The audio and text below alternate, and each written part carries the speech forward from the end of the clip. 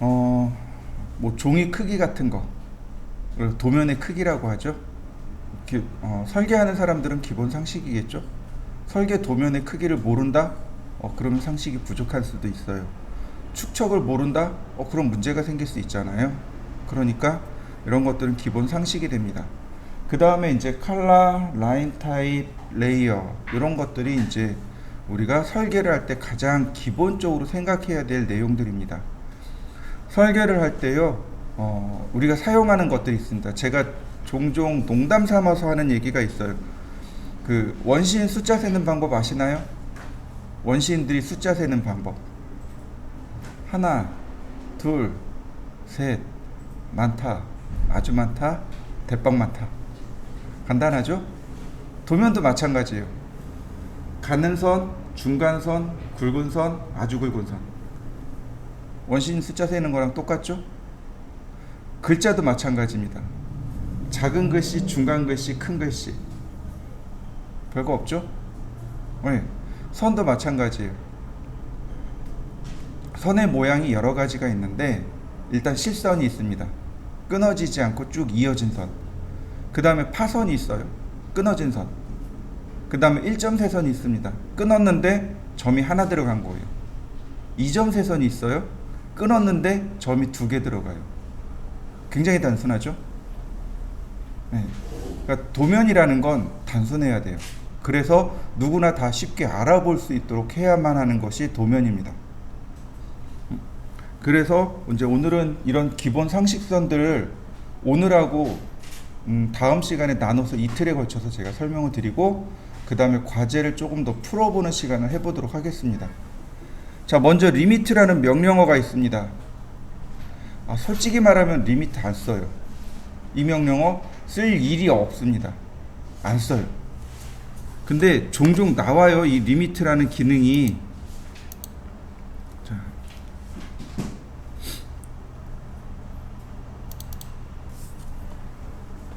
자, 리미트. 그러면 리미트는 어떤 명령어냐면 화면상에 한계점, 크기를 결정하는 명령어입니다. 화면상에 우리가 작업한 영역 있죠? 작업하는 영역의 크기를 결정하는 명령어가 리미트입니다. 보시면 좌하단점 0,0이 있고요. 엔터. 420,297이 있습니다. 엔터. 이걸로 그냥 끝이에요. 대각선으로 선택을 한 겁니다. 좌하단, 우상단. 그러면 좌상단점은 0, 뭐 이렇게 나오겠죠. 0, 그러니까 얼마, 0 이렇게 나오겠죠. 그러니까 대각선만 있으면 나머지는 충분히 알 수 있어요. 자, 크기를 보면은요, 이래요. 요만해요. 렉탱글 0,0에서 420,297 요만해요. 요만한 겁니다. 리미트가 요만한 거예요. 근데 지금 기본값은 오프 되어 있습니다. 온 되면 어떤 일이 발생하냐면 이렇게 돼요. 뭐 별로 차이 없는데요. 그런데 이 바깥에서 선이 안 그려져요. 라인 선이 안 그려져요. 선이 안 그려집니다. 여러분들도 한번 해보세요. 근데 실제로 도면을 그리는 걸 보면은요, 이렇습니다. 샘플이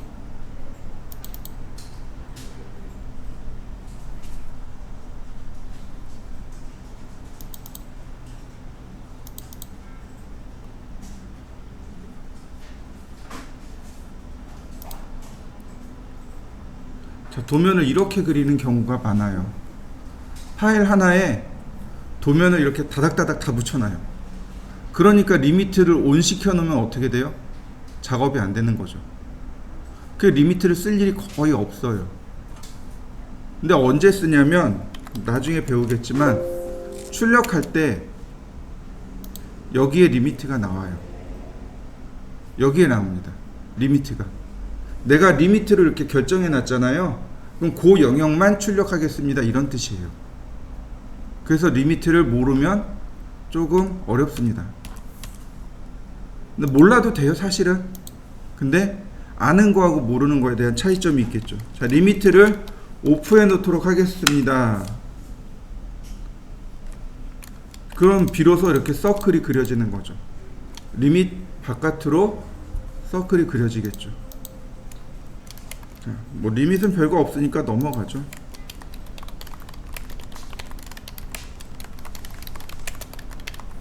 자, 근데 이렇게 보시면 돼요. 리밋을 설정을 하는데 그냥 아무렇게나 막 설정하는 게 아니겠죠, 그죠?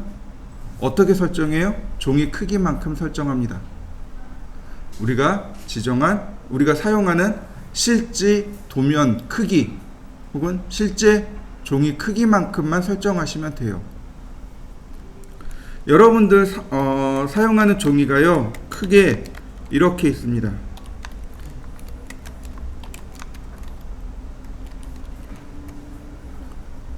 맞습니까? 많이 들어보시고 흔히 쓰는 것들이죠. A3, A4, B4, B5, 그죠? 많이 씁니다. 그러면 차이가 뭘까요? 우린 이거부터 나눌 수 있어야 돼요. 도대체 A 계열의 종이는 뭐고 B 계열의 종이는 뭐죠? 자, 이렇게 보시면 돼요. A 계열의 종이는 도면입니다. 이건 설계 용지예요. B 도면은 인쇄, 출판 용지입니다.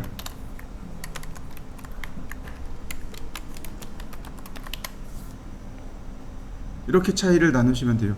왜 우리 이제 길거리 다니다 보면 이제 전단지 나눠주잖아요. 근데 그 전단지가 B5입니다. 책을 사면 기본 크기가 B5예요.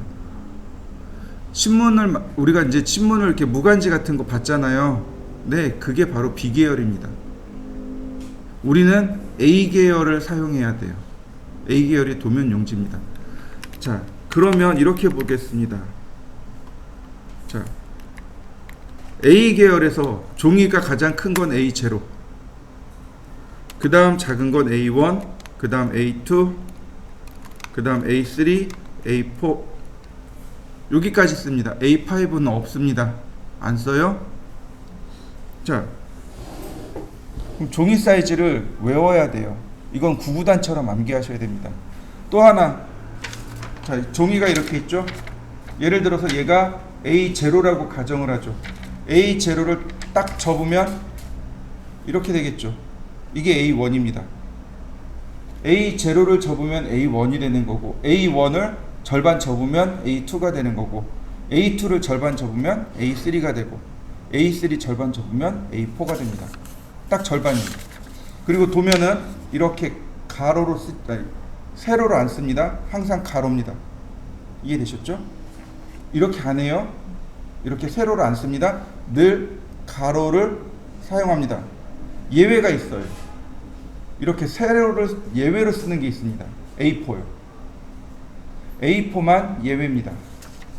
자, 왜 그러냐면 도면을 여기다 보관해야 돼요. 이렇게 철해서 보관해야 됩니다. 도면 철을 해야 돼요. 그런데 A3를 세로로 보관한다고요? 철이 안 되잖아요. 이렇게 가로로 보관해야죠. 그래서 절반 접으면 되잖아요. 그래서 전부 다 도면은 가로로 씁니다. 근데 A4는 어때요? 세로로 놔도 철이 되잖아요. 그러니까 예외 규정으로 A4는 세로로 놓을 수 있습니다. 그 다음에 이제 우리가 이제 통상적으로 도면을 그릴 때 길이가 긴 것이 있어요. 이렇게 높이라 그러죠. 예를 들어서 이런 걸, 여러분들이 건물을 설계를 할 건데 건물이 63빌딩이에요. 그럼 어떤가요? 자, 63빌딩이니까 이렇게 도면을 놔야 되는데 이렇게 놓는 게 나은가요? 아니면 이렇게 놓은 게 낫는가요? 길잖아요. 그 어쩔 수 없이 이렇게 놔야 되는 거예요.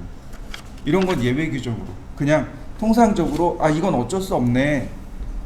그러니까 가로로 놓자니 너무 적게 보이고 어쩔 수 없이 세로로 놓는 경우들이 있어요. 이런 경우를 제외하고, 지금 제가 얘기한 그런 경우를 제외하고는 보편적으로 다 가로로 사용합니다. 자, A0부터 크기를 알려드릴 테니까 외워두세요.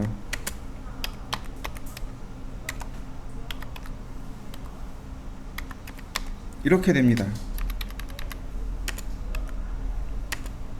가로가 11899, 세로가 841입니다. 그러면 A1은 어떻게 돼요? 자, 보세요. 다시 보세요. 얘를 절반 접어요. 그러면 누가 길어져요? 여기가 길어지잖아요. 이렇게 돌려야 돼요. 그러니까 누가 앞으로 와요? 841이 앞으로 와요. 그 다음에 앞에 있던 1189를 나누기 2 합니다. 절반 접어야 되겠죠. 594. 마찬가지예요. 뒤에 있는 게 앞으로 옵니다. 594에 420, 420에 297, 297에 210 이렇게 되는 겁니다. 사이즈가. 그러니까 외우셔야 돼요. 자, 이렇게 외우시면 조금 더 편해요.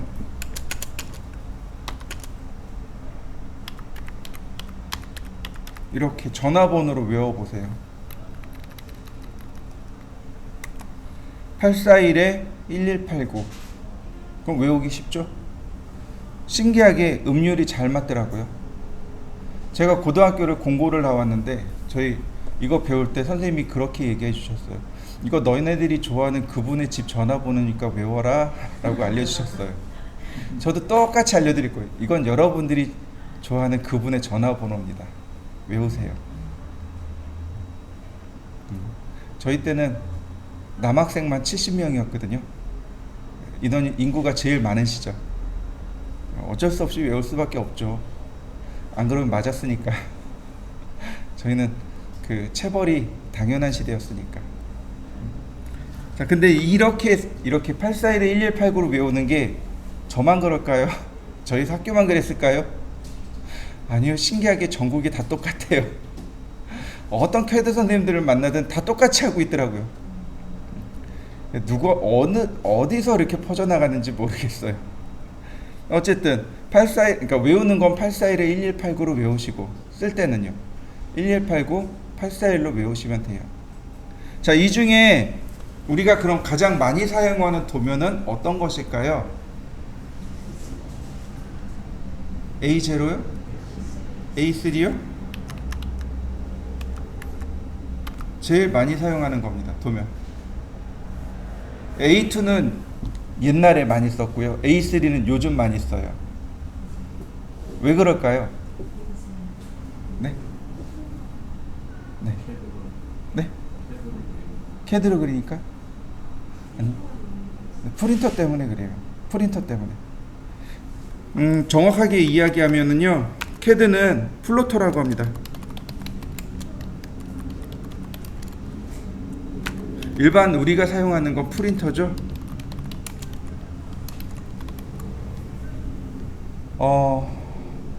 A3 이상 출력되는 걸 플로터라고 합니다.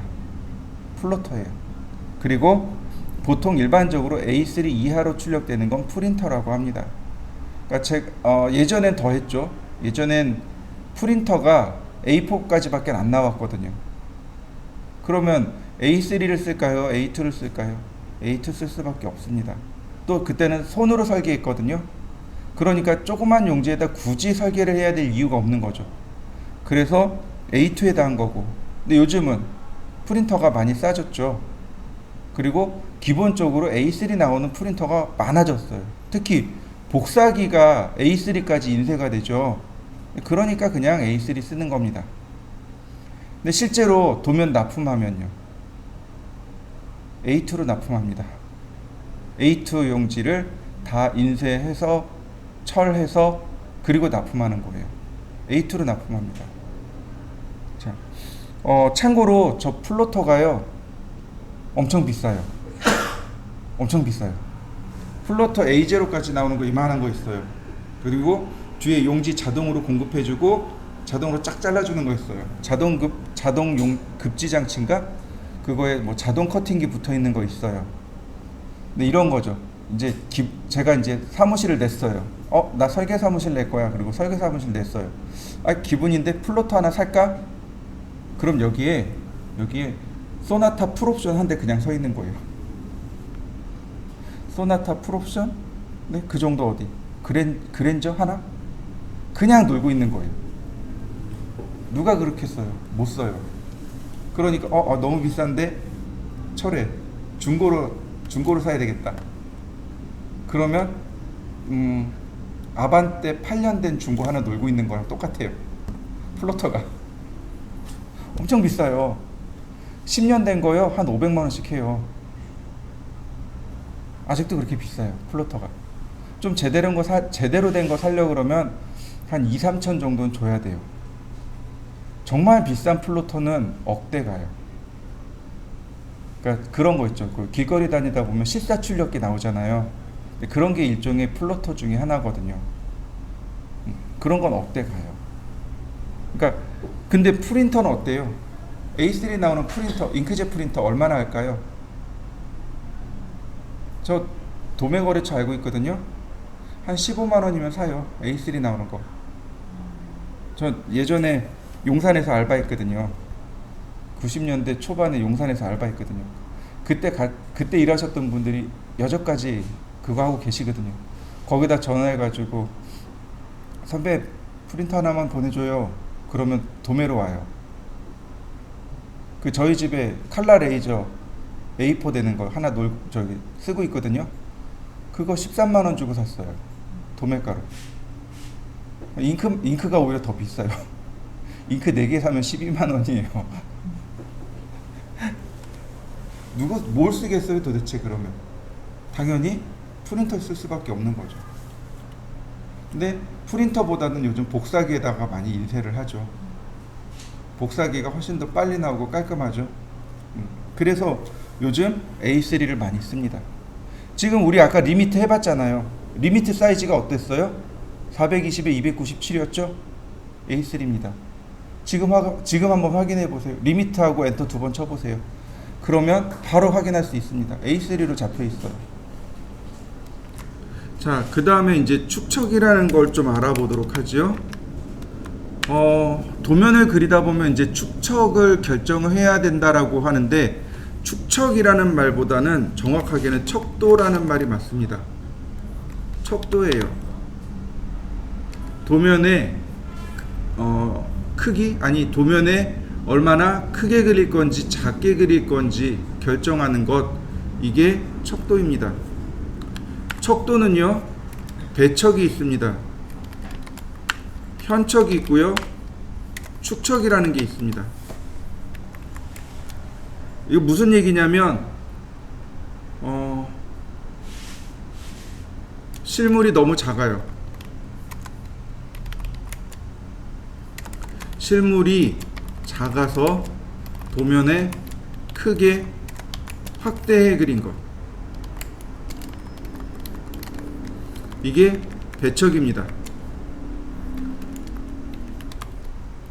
실물이 너무 작은 거예요. 예를 들어서 안경 코 받침대 같은 거 있잖아요. 안경 받침대 같은 거 너무 작잖아요. 어떻게 해야 돼요? 이걸 1대1로 그리면 안 되잖아요. 더 크게 그려야지 설계를 그걸 알아볼 수 있겠죠. 그래서 실물보다 도면에 더 크게 확대해서 그린 것, 이게 배척입니다. 현척은 실물과 도면의 크기가 똑같은 겁니다.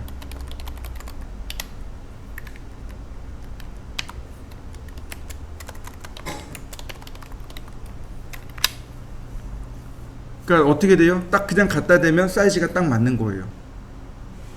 축척이 뭐냐면, 이제 우리가 알고 있는 게 이제 축척인 거죠. 실물이 너무 커서 도면에 작게 표현한 것, 이게 축척입니다. 이해되셨나요? 그래서 보통 이런 스케일자 같은 거 들고 다니는 이유가 그런 거예요. 크게 그렸지 작게 그렸지. 스케일자 가지고 체크해 가면서 그리는 겁니다. 자, 그러면 어떻게 표현하냐면 척도는 이렇게 표현합니다. 실물 대 도면, 이렇게 표현합니다. 실물 대 도면이에요. 그럼 배척이란 얘기는 이렇게 써요. 도면이 작잖아요. 아니, 실물이 작고 도면이 크잖아요. 그러니까 이런 식으로 표현됩니다. 1대 4 이렇게요. 도면이 1mm면 실물이가 아니 도면 그러니까 실물이 1mm면 도면이 4mm인 거죠. 그러니까 어떻게 된 거예요? 4배 확대된 거죠. 현척은 1대 1입니다. 실물과 도면의 크기가 똑같은 거예요. 축척은요,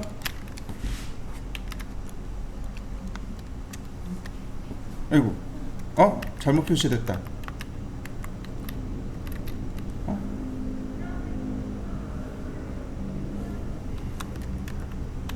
이렇게 되는 거죠.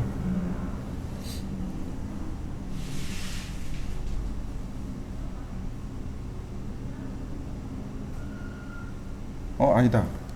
뭔가 잘못 적어놨다. 도면 대 실물이네요.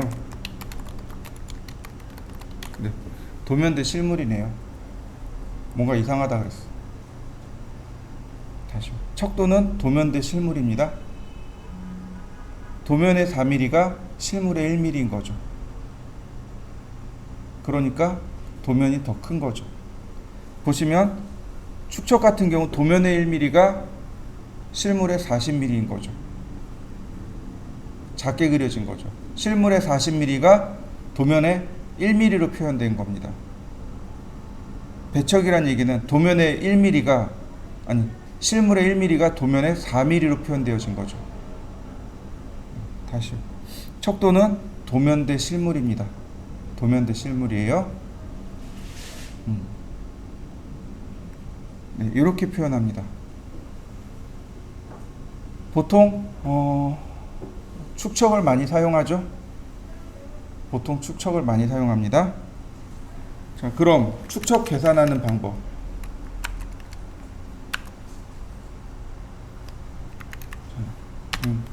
축척을 계산할 겁니다. 예를 들어서 이제 여러분들이 이제 현장에 나갔어요. 현장에 가서 자료 쟀어요. 갔더니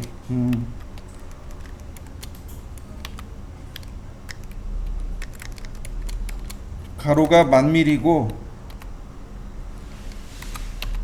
세로가 8000mm입니다. 얘를 A3에 그릴 거예요. A3 도면에다가 얘를 그릴 겁니다. 그럼 얼마나 작게 그려야 될까요? 멍하죠. 알 방법이 없죠. 그죠? 제가 뭐라고 배웠는지 아세요? 학교에서? 그러니까 실무 나가서 많이 그리다 보면 알 거야 라고 하시더라고요. 근데 실무 나가잖아요. 그럼 팀장이 불러요. 계산해봐. 모르겠는데요. 그럼 이제 그렇게 나온 거죠. 학교에서 뭐 배웠는데. 학교에서는 실무 나가면 된다 그러고 실무에서는 학교에서 뭐 배웠는데 그러고. 자, 보세요. 이렇게 합니다. 자, 이렇게 하시면 돼요. 내가 자로 잰 크기 있죠. 자로 잰 크기. 내가 그려야 될 실물 곱하기 2 합니다. 내가 그려야 될 실물을 곱하기 2 합니다. 이때 나오는 2는 경험치입니다. 경험치예요. 그러니까 많이 해보니까 이 숫자가 맞더라 이런 거예요. 근데 숫자 2를 곱하는 건 제가 결정한 게 아니고 제 선배의 그 선배의 선배의 선배의 선배의 선배가 한 겁니다. 무슨 얘기예요? 누가 했는지 몰라요. 근데 하다 보니까 이 정도 숫자가 오라 라고 후배들한테 알려주는 것들입니다. 이런 게 경험치예요. 곱하기 2를 하는 이유는 여백이 필요합니다. 도면에 여백이 필요해요. 무슨 여백이? 이 여백에 뭐가 들어가냐면 치수가 들어갑니다. 치수도 들어가고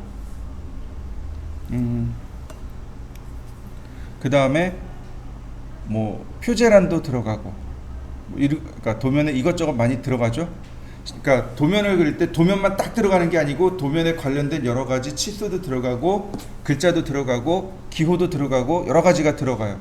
그것들이 들어가야 할 여백이 조금 필요합니다. 그게 2배인 거예요. 자, 그리고 나서 종이로 나누는 겁니다.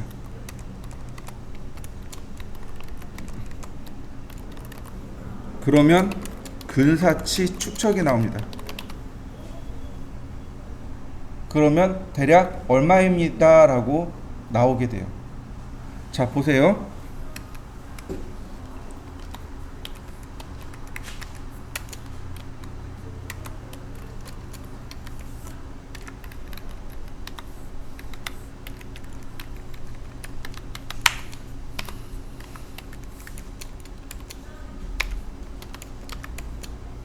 이렇게 되는 거죠. 가로는 가로끼리, 세로는 세로끼리. 자, 계산기 띄워볼까요?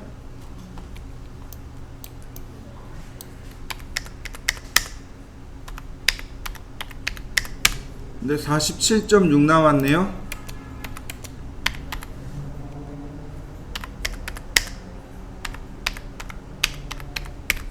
(53) 나왔네요. 서로 다르죠? 크기가, 축척이 서로 달라요. 이렇게 다르면 당연히 달라질 수밖에 없어요. 작은 거 버립니다. 얘를 기준 삼습니다. 만약에 얘를 기준 삼으면 얘가 더 크잖아요. 그러니까 도면 밖으로 나갈 수 있단 말이죠. 그래서 작은 걸 버리고 큰 거를 사용합니다. 그러면 53이잖아요. 그러면 1대 50을 쓰거나 1대 60을 쓰거나 2개 중 하나를 쓰면 됩니다. 어떤 걸 쓰면 좋을까요? 라고 물어보면 이건 설계자의 재량이 됩니다. 설계자가 내용 많이 들어가니까 1대 60, 아니야 내용 별거 없어 1대 50 이렇게 되는 겁니다. 들어가는 설계할 내용에 따라서 1대 50이나 1대 60을 결정하시면 돼요. 나는 이거 잘 못하겠는데 그러면 여러분들 팀장님한테 가서 여쭤보시면 돼요. 팀장님 이거 계산해 보니까 1대 50 혹은 1대 60 둘 중에 하나 써야 되는 것 같은데 어떤 거 쓰면 좋을까요? 라고 물어보시면 돼요. 그러면 이거 1대 50 써. 내용 별로 없으니까 1대 50 써. 아니야 이거 들어갈 내용 많은 것 같으니까 1대 60 써. 이렇게 얘기가 되는 겁니다. 자, 이해되셨나요? 자, 그러면 축척을 직접 한번 계산해 보시죠.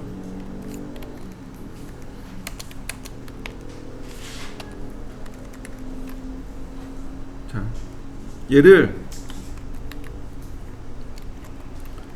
A2에다 그릴 겁니다. 축척이 얼마 나올까요? 한번 계산해 보시죠. 1대 60이요. 1대 57이 나오죠? 그러면 작게 하면 안 되니까 1대 60으로 들어가면 됩니다. 자, 이때 그러면 도대체 어떤 걸 쓸까요? 라고 물어볼 수 있어요. 일단 첫 번째 끝단위가 0인 것만 써요. 끝단위가 0인 거 10, 20, 30, 40, 50, 60 이렇게 끝단위가 0인 것만 씁니다. 그러니까 57이면 50 또는 60이 되겠죠? 근데 50으로 가기에는 너무 작죠? 그러니까 60으로 가는 겁니다. 그 다음에 이제 또 있어요. 1대 70 쓸까요? 아니요, 못 써요. 1대 70 안 씁니다. 왜냐면 숫자가 너무 뜬금없거든요. 여러분들 그 9구단 중 7단 잘 하시나요? 잘 안 될걸요? 쉽지 않거든요. 자, 우리가 주로 쓰는 거 알려드릴게요.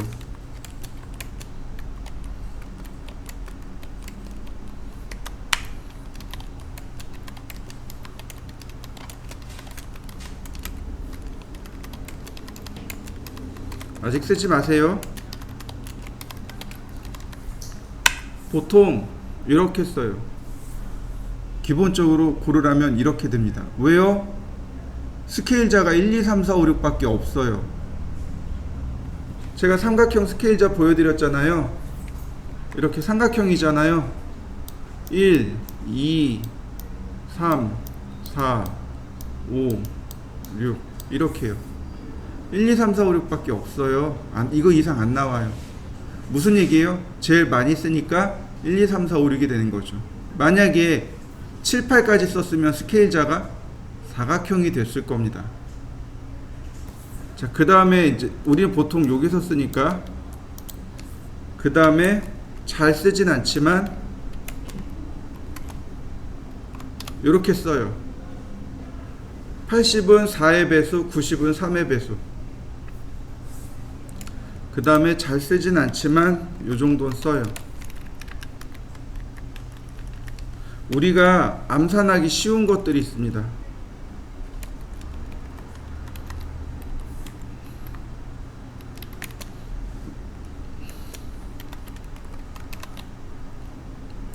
요 정도 씁니다. 어차피 600 이상은 안 올라가요.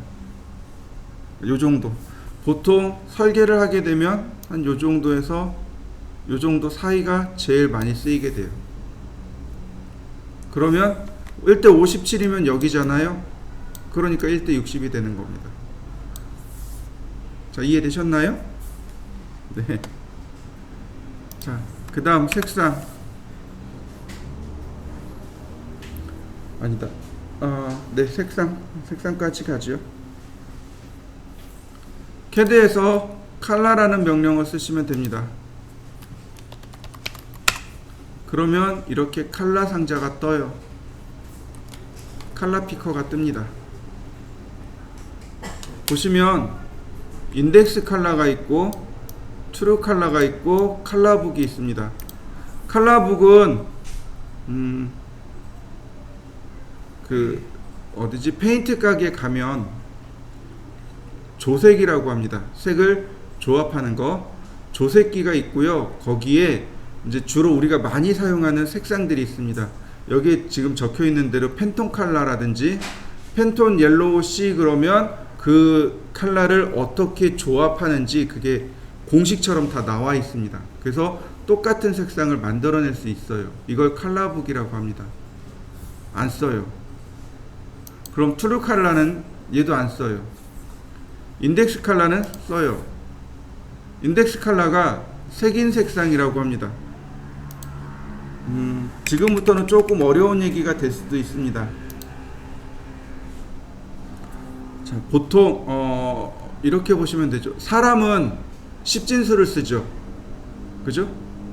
0, 1, 2, 3, 4, 5, 6, 7, 8, 9 10진수죠. 컴퓨터는요 2진수를 사용하죠. 그죠? 컴퓨터가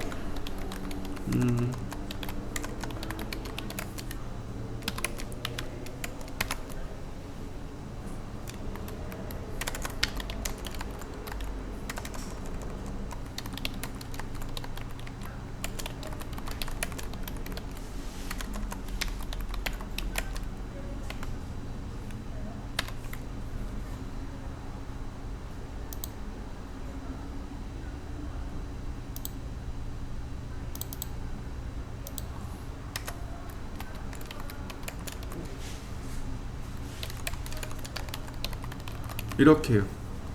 컴퓨터는 하나의 색상을 최대한대로 쪼개고 쪼개면 2의 8승계까지 나눌 수 있습니다. 2진수 8승입니다. 이거를 10진수로 고치면 2의 8승을 10진수로 고치면 256입니다. 그러니까 256 칼라라는 말을 들어보셨을 거예요. 이게 바로 여기서 나온 겁니다. 색상 하나를 쪼개서 컴퓨터가 만들어낼 수 있는 최대 개수가 2의 8승계까지 쪼갤 수 있어요. 그걸 10진수로 표현하면 256 칼라라고 합니다. 그러니까 흰색과 검정색이잖아요. 일반 흑백 컬러가. 이걸 쪼개면 256단계까지 쪼갤 수 있답니다. 그리고 이걸 뭐라고 부르냐면 8비트 컬러라고 합니다.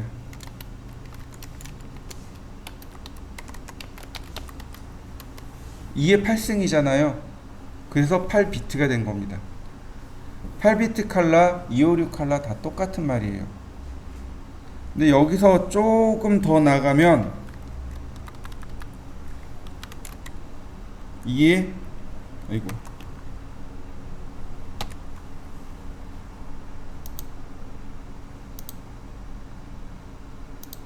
16승까지 쪼갤 수 있습니다. 그리고 여기서 조금 더 나가면 2에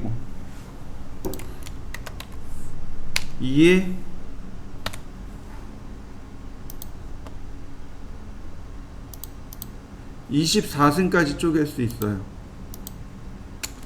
얘 같은 경우가 뭐냐면 레드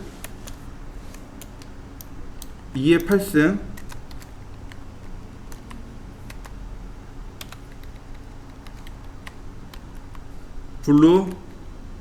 그린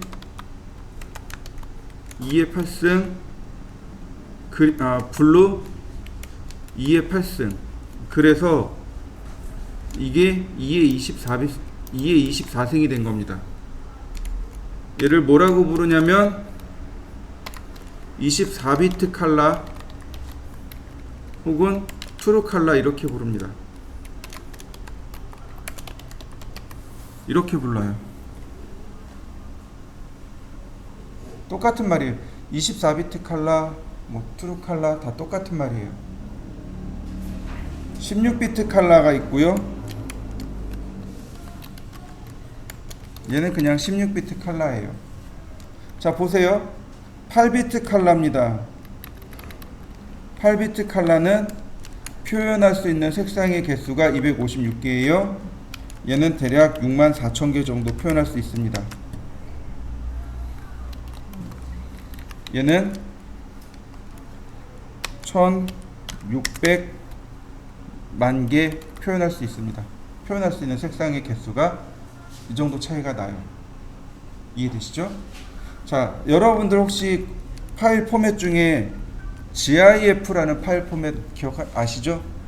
네, 이 GIF 파일 포맷이 8비트 포맷입니다. 여러분들 폰카로 사진 찍은 거 GIF로 바꾸면 갑자기 퀄리티가 뚝 떨어질 거예요. 왜냐면 폰카로 찍는 거 16비트 컬러거든요. 여러분들 핸드폰 조작해 보세요. 카메라 조작해 보세요. 파일 포맷을 뭘로 저장하시겠습니까? 라고 나와요. 대체적으로 두 개 정도 저장할 수 있어요. 하나는 PNG, 하나는 PNG나 JPG 두 개로 저장할 수 있어요. 조금 더 좋은 거는 TIFF도 저장할 수 있어요. 더 좋은 건 TJ로도 저장할 수 있습니다. 자, 여기가 JPG가 16비트 포맷입니다. 즉 JPG 사진은 대략 색상을 64,000개 정도 저장할 수 있어요. 그 다음에 나머지가 여기 들어가는 거예요. PNG, TIFF, 타가, BMP. 얘네들이 24비트 포맷입니다. 당연히 색상 정보가 뛰어날 수밖에 없어요. 그런데 색상 정보가 많으니까 어떻게 돼요? 파일 용량이 커져요. 어마무시하게 커집니다. 그래서 JPG 쓰는 거예요. 자, 근데 이 중에 하나 또 있어요. 이에 24승에 더하기 2의 8승이 하나 또 있습니다. 이거 32비트 컬러라고 해요. 이때 얘는 색상 24비트하고 투명도 8비트가 들어갑니다. 이해되셨나요? 투명도가 들어가는 컬러가 있어요. 그게 뭐냐면 PNG 파일이에요. PNG 파일하고 타가 파일이 32비트 포맷입니다. 투명도예요, 투명도. 여러분들 인터넷 다니다 보면 그 투명한 사진들이 있을 거예요.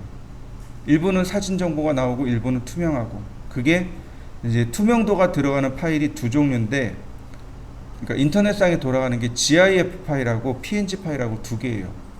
요즘은 PNG 파일을 많이 씁니다. 우리도 PNG 파일을 쓸 거예요. 아니다, 우리는 안 하는구나. 이렇게 됩니다. 그래서 색상 정보에 따라서 쓰고요. 모든 색상을 2의 8승계까지 지정해서 쓴다고 해서 얘를 8비트 칼라 혹은 256 칼라, 그 다음에 또 다른 말로 뭐라고 부르냐면 인덱스 칼라라고 합니다. 인덱스가 우리나라 말로 하면 색인이라는 뜻이에요. 색인, 목차란 뜻입니다. 도서관에 가면 인덱스가 달려있죠. 소설책 몇 번 칸에 몇 번 이런 식으로 되어 있죠. 그게 색인입니다. 그러니까 자료를 찾기 위해서 만들어 놓은 것. 그러니까 색상 정보를 찾기 위해서 번호를 일일이 다 붙여놨습니다. 그걸 인덱스라고 해요. 자, 이해되셨나요? 네. 그 CAD는 우리가 설계자는 인덱스 컬러만 써요. 256개면 색상 정보 충분하거든요. 우리가 포토샵이나 일러스트레이터처럼 그래픽을 쓴다면 트루 컬러를 써야 돼요. 색상 정보가 많이 필요합니다. 그런데 우리는 설계를 하기 위해서 쓰는 거라 트루 컬러까지 필요도 없어요. 16비트도 필요 없습니다. 8비트면 충분합니다. 자, 컬러에 대해서 조금만 더 설명을 하도록 할게요. 오늘은 컬러까지만. 라인 타입하고 나머진 다음 시간에 하도록 하죠. 자, 컬러에는 우리가 알고 있어야 될 기초 상식이라는 게 조금 더 있어요. 자, 여러분들 혹시 배우셨는지 기억이 날란지 안 날란지 모르겠습니다.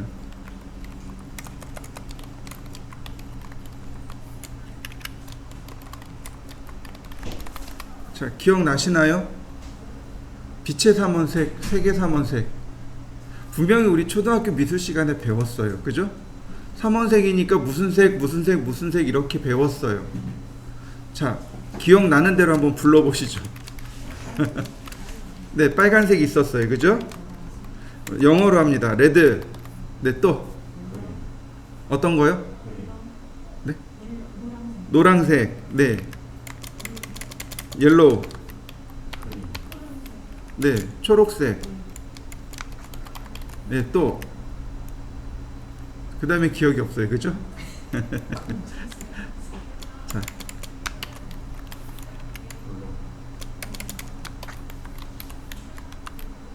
그 다음에 이렇게 됩니다. 빛의 삼원색으로는요, 레드, 그린, 블루. 네. 그 다음에 색의 삼원색으로는 옐로우, 사이안, 마젠타 이렇게 됩니다. 근데 가만히 생각해 보세요. 빨로파로 배웠을 거예요. 저도 빨로파로 배웠어요.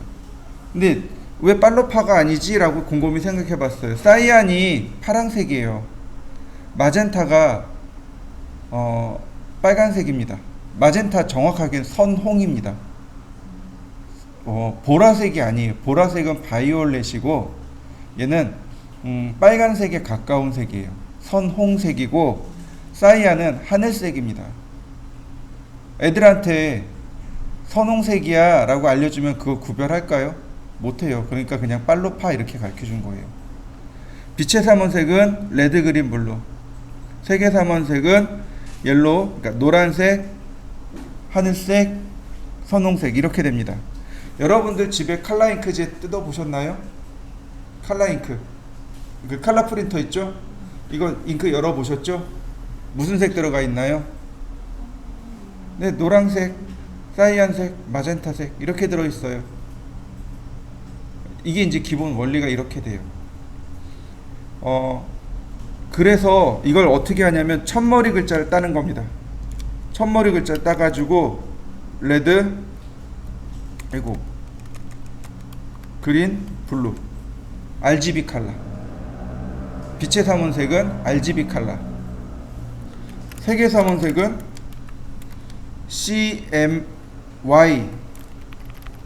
CMY에다가 하나 더 붙입니다. K를 하나 더 붙인 거예요. K가 뭐냐면 블랙이에요. 그래서 인쇄하기 위해서는 사진을 CMYK로 바꾸셔야 돼요. 그 충무로나 이런 인쇄집 있잖아요. 인쇄집에 내가 작업한 걸 인쇄집으로 보내려면 반드시 CMYK로 바꾸셔야 돼요. 그래야 인쇄에 적합한 형태의 사진으로 바뀌게 됩니다. 그래서 RGB 컬러, CMYK 컬러 이렇게 얘기해요. 블랙이 B를 써야 되는데 블루가 이미 B를 가져갔잖아요. 그래서 K를 쓴 겁니다. 그리고 또 하나, 프랑스 사람, 미술학자라고는 얘기는 해요. 그러면 화가이기도 하고 대학교 교수님이기도 했던 휴라는 사람이 있습니다. 휴라는 사람이 정립한 거예요. 이걸 이제 정립이라고 하죠. 세운 거. 예를 들어서 이런 걸 빨간색 랜턴하고 여기 나와 있는 초록색 랜턴을 딱 해서 빛을 비친 다음에 그 두 개의 빛을 섞습니다. 그럼 무슨 색이 나올까요? 저기 적어놨어요. 레드하고 그린 사이에 뭐가 있나요? 옐로우. 빨간색 랜턴하고 초록색 랜턴을 섞으면 노란색이 나옵니다. 그 다음에 초록색하고 파란색 랜턴을 섞으면 사이안색이 나오고요. 파란색과 빨간색을 섞으면 마젠타가 나옵니다. 그래서 색상의 체계가 레드, 옐로우, 그린, 사이안, 블루, 마젠타 이렇게 놓은 겁니다. 이걸 뭐라고 하냐면 휴 값이라고 합니다. 그리고 이걸 스탠다드 컬러라고 합니다. 표준 색상이에요. 이건 색상 환이라고 합니다. 우리나라 말로 하면 색상 환이라고 해요. 환이 뭐냐면 원이에요. 원입니다. 그래서 이런 식이 돼요. 레드, 그린, 블루, 0도, 120도, 240도. 그러면 그 중간이 60도가 옐로우, 180도가 사이안, 300도가 마젠타. 이해되셨나요? 여러분들 이렇게 보시면 돼요. 이게 보색입니다. 이게 보색이에요. 이게 보색이 됩니다. 색상 체계가 이렇게 돼 있어요. 이해되셨죠? 자, 보세요. 레드, 옐로우, 그린, 여기요. 이 부분. 레드, 옐로우, 그린, 사이안, 블루, 마젠타. 얘가 1, 2, 3, 4, 5, 6입니다. 번호가. 1번 레드, 2번 옐로우, 3번 그린, 4번 사이안, 5번 마젠타, 5번 블루, 6번 마젠타, 7번이 화이트입니다. 이렇게 이렇게 7번까지 색상을 스탠다드 컬러라고 합니다. 기본 색상이요. 그래서 저 컬러 값에다가 번호를 쓰거나 아니면 이름을 쓰면 돼요. 이렇게 1번부터 7번까지는 색상에 이름이 존재합니다. 이게 스탠다드 컬러예요. 자, 보세요. 2번 쓰고 엔터. 라인 어떻게 되나요? 노란색으로 그려진 거 맞습니까? 컬러 그린, 서클, 라인 어떤가요? 색상 바뀐 거 보이시나요? 자, 여러분들도 한번 해보시죠. 보세요. 바로 여기 홈탭에 프로퍼티스라고 하는 탭이 있습니다. 바로 여기에 스탠다드 컬러가 있습니다. 서클 색상 바뀐 거 맞나요? 원래대로 되돌아가야 될 때는 가장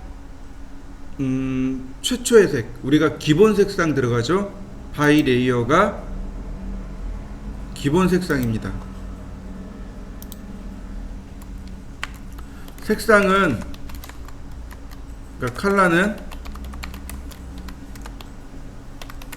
물리 컬러가 있고 논리 컬러가 있습니다. 물리 색상이 있고 논리 색상이 있습니다. 물리적으로 직접적으로 색 번호가 매겨져 있는 물리 색상이 있고 그렇지 않은 색상이 있습니다. 보세요. 컬러. 자, 확대를 좀 해볼까요?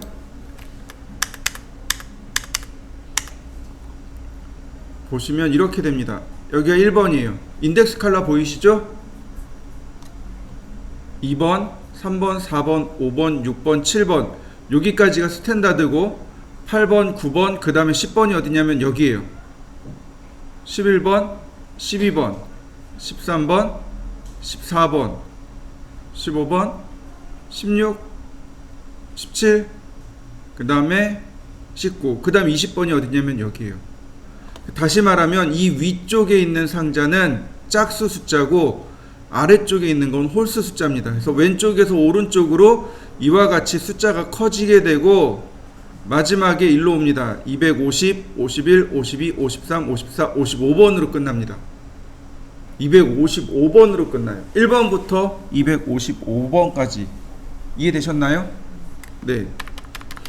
자, 여기까지 이렇게를 물리적인 컬러라고 합니다. 물리 컬러고 여기 바이 레이어하고 바이 블럭 있죠? 얘는 논리 컬러입니다. 논리 컬러예요. 자, 볼까요? 자, 색상이 몇 개라고요? 256개요. 근데 지금 몇 번까지 나왔나요? 255번까지 나왔어요. 차이점이 뭐죠? 하나가 B잖아요. 그죠? 분명히 여기는 256개예요. 그죠? 근데 컬러는 몇 번까지 있었어요? 255번까지 있었죠. 그죠? 네. 이건 되게 단순해요. 1번부터 256 또는 0번부터 255 이렇게 되는 겁니다. 우리는 1, 2, 3, 4 가지만 컴퓨터는 0, 1, 2, 3, 4 이렇게 가요. 바로 이 0번이 논리 컬러입니다. 0번이 논리 컬러예요. 그리고 바이 레이어 이거요. 바이 레이어란 뜻이에요. 레이어가 도면층이란 뜻입니다. 여기 도면층. 무슨 뜻이냐면 도면층에서 지정한 색상을 사용하세요. 이런 뜻입니다. 나중에 우리가 레이어라는 걸 공부할 겁니다. 레이어에서 색상을 부여하게 되면 그 레이어의 색상을 따라가세요. 이런 뜻이에요. 지금은 색상을 쓰지만 나중에 이거 써야 돼요. 바이 레이어 쓰셔야 됩니다. 컬러 명령어에서 다이렉트로 색상 지정해서 쓰는 일이 없습니다. 다 레이어에서 색상을 부여해서 사용합니다. 무슨 뜻인지 이해되시나요? 다이렉트로 컬러 안 써요. 자, 이렇게 보시죠. 제가 예전에 아주 오래전에 작업한 하나를 보여드리죠.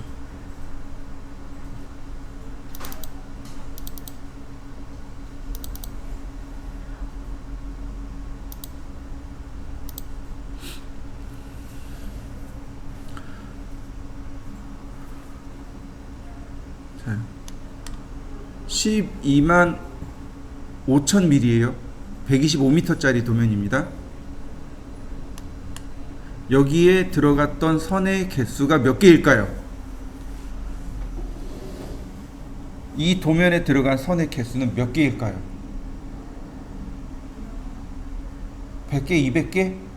택도 없죠. 그죠? 최소 10,000개 이상은 나와요. 근데 그 10,000개마다 색상을 하나씩 넣어줄까요? 못해요. 그럼 어떻게 할까요? 레이어라는 거 사용해야 됩니다.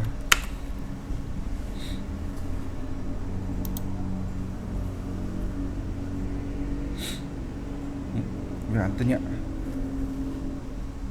조금만 기다려 보시죠. 다시. 네, 이제 뜨네요.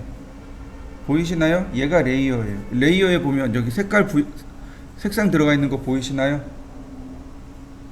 네, 이렇게 쓰는 겁니다.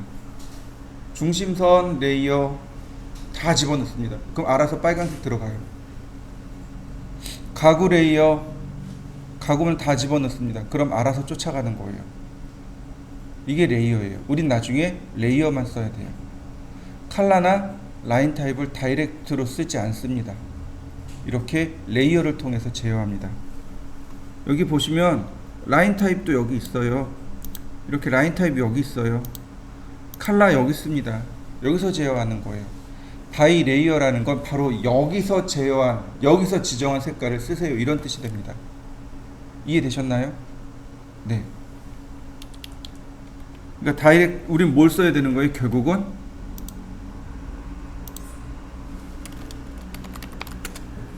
바이 레이어를 써야 되는 거죠. 아직 우리가 레이어라는 걸 공부 안 했잖아요. 그죠? 그러니까 그냥 다이렉트로 지정해서 쓰는 거고, 레이어를 공부하는 순간 칼라를 다이렉트로 지정해서 쓰시면 안 돼요. 자, 보겠습니다. 자, 이렇게 색상을 바꿨어요. 얘 마음에 안 들어요. 빨강색으로 바꾸고 싶어요. 바꾸는 방법들이 있습니다. 가장 쉬운 방법, 여기서 바꾸시면 됩니다. 바뀌었나요? 다시 볼까요? 요거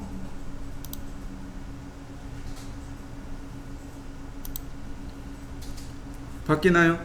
여러분들도 한번 해보세요. 자, 매치 프로퍼틱스란 얘기는 속성을 똑같게 하는 겁니다. 명령을 내리면 CAD가 물어봐요. Select Source Object, 원본을 선택해 주세요. 자, 선택했습니다. 그랬더니 바로 바뀌어요. Destination Object. Destination이 목적지란 뜻입니다. 목적지예요. 그러니까 보통 기차나 지하철 타면 영어로 안내방송 나오잖아요. 이 열차의 목적지는 어디입니다 라고 했을 때 뭐 This train destination 어쩌고 저쩌고 이렇게 나가요. 목적지란 뜻이에요. 즉 내가 선택한 이 도형이 지니고 있는 속성의 목적지를 지정해 달라는 뜻입니다. 여기요. 바뀌는 거 보이시나요? 다 바뀐 거 맞습니까? 간단하죠? 다시 볼까요? 매치 프로퍼틱스, 원본 선택하고 목적지 선택하고, 그리고 엔터. 한번 해보시죠.